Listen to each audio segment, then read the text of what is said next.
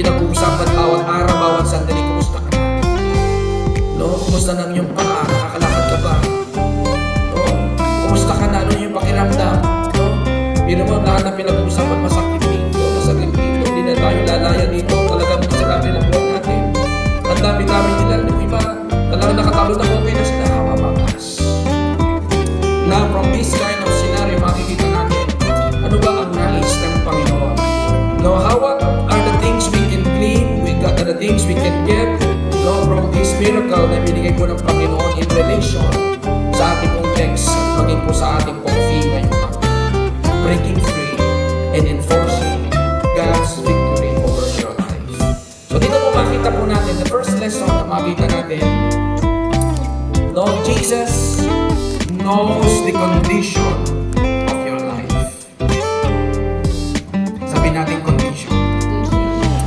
Or sabihin natin sitwasyon. Alam ng Diyos ang kondisyon o kaya ay sitwasyon ng iyong buhay. No?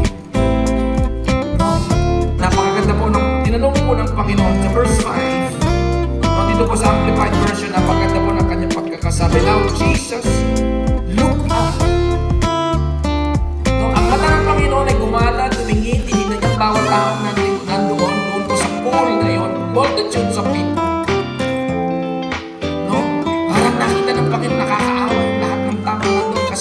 It is a congregation of people that are sick, the paralyzed, the hopeless, the blind, the lame. Para pagka nandun sila lahat sa hospital, nag-aantay doon sa emergency room. Lahat may benda, lahat may saklay.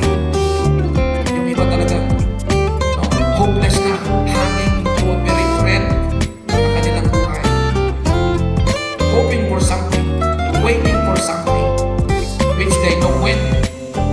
Sabi po ng Bible, at a seasons, an angel came down and stirred up the water. So they do not know. They do not know the specific time. Basta lang sila ay nandoon, nag-aantay na, anticipating. But when the water is stirred, they jump and rush. They rush and jump. Kapalad ka pa na, una ka na. E paano mo nahuli ka? What would you feel? You feel depressed?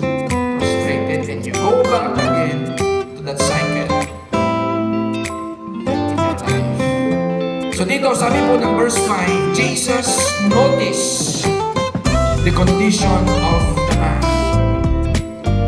Jesus noticed the condition of the man. He saw the condition of the man. Napakaganda po ang Diyos. Pag tumingin na po ang Panginoon, ang mata niya ay binago niya sa lugar na ito. Nakikita po ng Panginoon ang kondisyon, ang sitwasyon ng iyong buhay. God can see your pain. Sige, palakpakan po natin ang Diyos. Pagpaparangal sa kulturang Pinoy. Mabuhay ang bayang pinagpala ng Diyos. Tumayo po tayong lahat for the Philippine National Anthem.